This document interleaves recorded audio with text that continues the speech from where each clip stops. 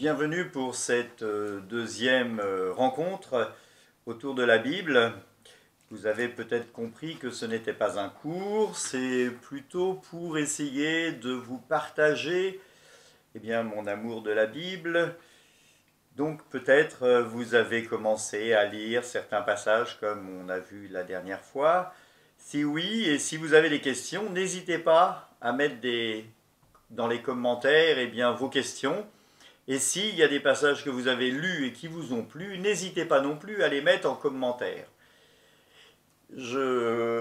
Pour cette deuxième rencontre, je souhaite qu'on puisse se préparer au rameau, à la fête des rameaux que nous ne pourrons pas célébrer comme à l'habituel. Donc je vais vous lire le passage de Matthieu que l'on lit habituellement à l'extérieur. L'évangile de Matthieu, l'entrée triomphante de Jésus à Jérusalem.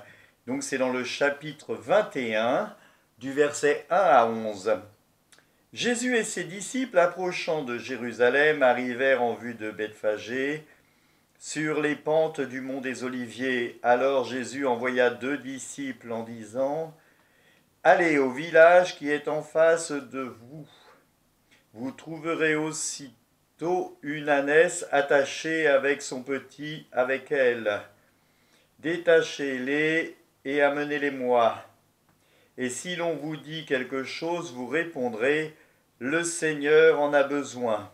Et aussitôt on vous laissera partir. Cela est arrivé pour que soit accomplie la parole prononcée par le prophète. Dites à la fille de Sion : voici ton roi qui vient vers toi, plein de douceur, monté sur une ânesse, un petit âne, le petit d'une bête de somme. Les disciples partirent et firent ce que Jésus leur avait ordonné. Ils amenèrent l'ânesse et son petit, déposèrent sur eux leurs manteaux, et Jésus s'assit dessus. Devant la foule, la plupart étendirent leurs manteaux sur le chemin. D'autres coupaient des branches aux arbres et en jonchaient la route.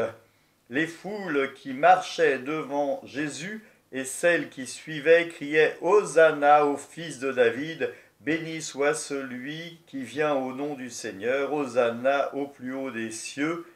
Comme Jésus entrait à Jérusalem, toute la ville fut en proie à l'agitation et disait « Qui est cet homme ?»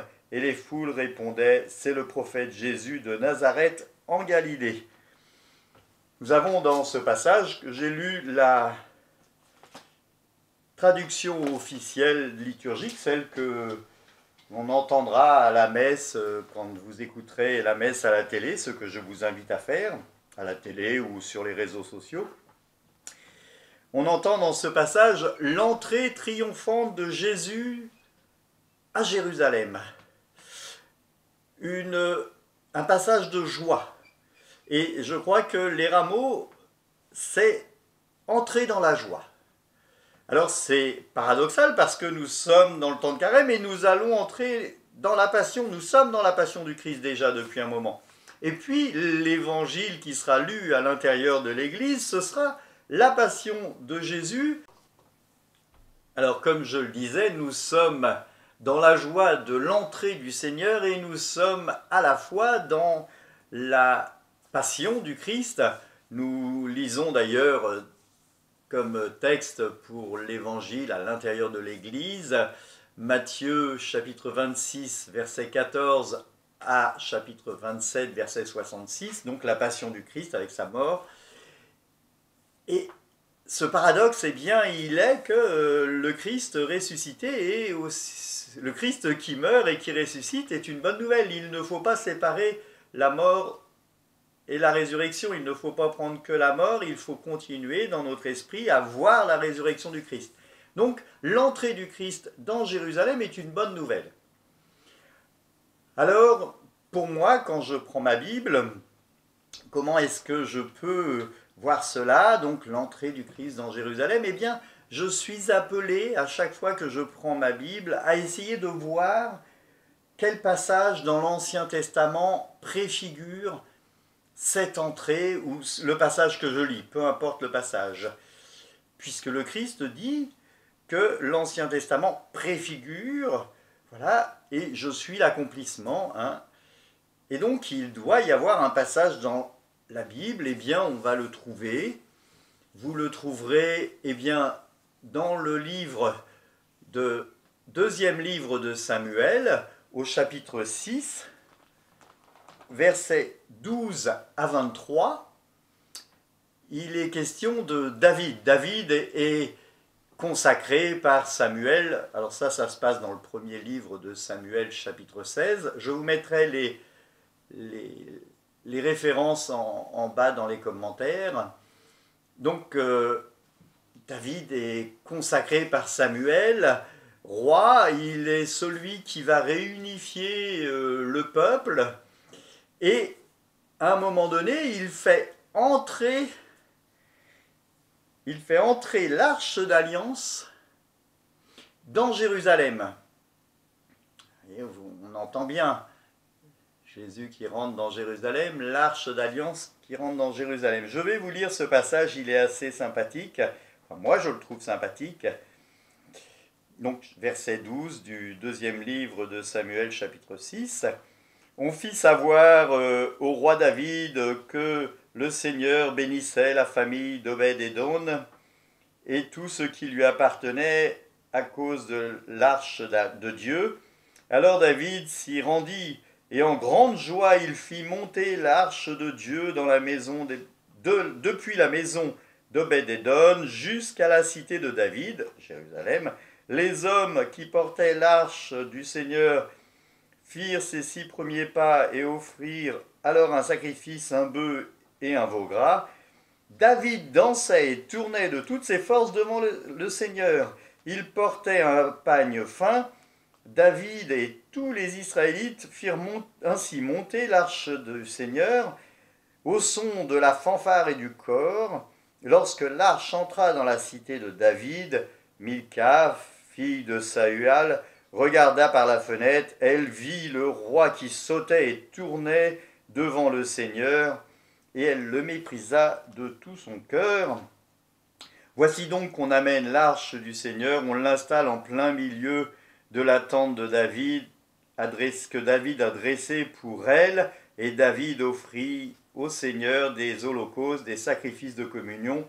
Lorsque David avait achevé d'offrir les holocaustes et les sacrifices de communion, il bénit le peuple au nom du Seigneur des armées, puis il distribua à tout le monde et à tous, Israélites, aux hommes comme aux femmes, à chacun un gâteau, une part de viande, une pâte de raisin sec, et tout le monde repartit chez soi. David aussi retourna pour bénir sa maison. Alors Milca, la fille de Saül, sa femme, sortit au-devant de David et lui dit « Vraiment, le roi d'Israël s'est couvert de honte de gloire aujourd'hui. Tu t'es découvert sous les yeux des femmes et de tes serviteurs, comme ferait un homme de rien. » Mais David répondit à Milca « Je dansais en présence du Seigneur.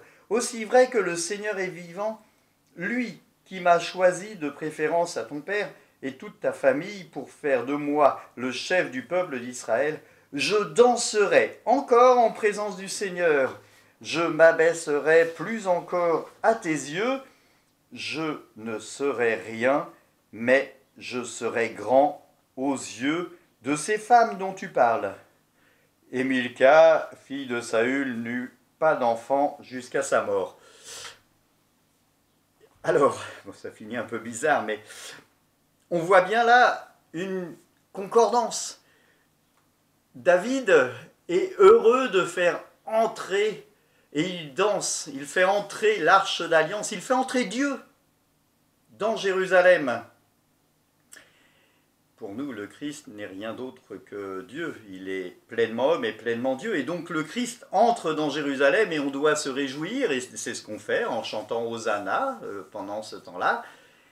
Et là, nous avons David qui fait entrer Dieu. On voit bien la préfiguration et le lien entre ces deux parties. Je vous invite donc à relire ces textes, à les méditer, à voir comment est-ce que vous pouvez être dans la joie de faire entrer pendant ce dimanche des Rameaux, eh bien, le Seigneur dans votre vie. je vous invite, comme je l'ai fait, à mettre une place importante pour la croix sur un bel espace blanc, une bougie et un rameau à côté, voire même, si vous pouvez, mettre un rameau sur votre porte, l'accrocher pour dire que ici, on se réjouit de la venue du Christ. Alors, vous pourrez prendre des branches qui se trouvent chez vous. N'importe quelle branche fait l'affaire. Vous voyez, j'ai coupé un morceau comme ça du talus qui est devant chez moi. Mais pour ceux qui sont en appartement, eh bien, en allant faire vos courses, vous pourrez éventuellement, à partir de vendredi, récupérer eh bien, des branches que je vais couper, de laurier. Et je vous invite, vous voyez, vous avez entendu, il y a David qui fait l'Holocauste, qui rend grâce et qui distribue au peuple à manger, afin que tout le monde puisse manger. Je vous invite, dans un geste de charité, eh bien, lorsque vous viendrez prendre une branche, à déposer dans le panier du frère, eh bien, qui une boîte de conserve, qui une brique de soupe, une brique de lait, quelque chose qui puisse servir à ceux qui, par ces temps difficiles, eh bien, n'ont rien. Voilà, n'ont rien parfois pour se nourrir. Donc il est bon, en prenant exemple sur David, eh bien, de partager aussi notre joie. Alors, mes frères, restons confinés. Ces sorties doivent être le moins possible. Voilà, mais si vous rentrez dans l'église en allant chercher votre pain, que vous prenez une branche, n'hésitez pas donc à faire, comme on dit, d'une pierre deux coups, voire même trois coups. Vous prenez une branche, vous déposez dans le panier du frère et vous faites un temps de prière en prenant, pourquoi pas, un lumignon et en mettant dans le tronc ce qui est nécessaire. Que Dieu Tout-Puissant vous bénisse, qu'il vous garde. Prenez soin de vous et restez chez vous.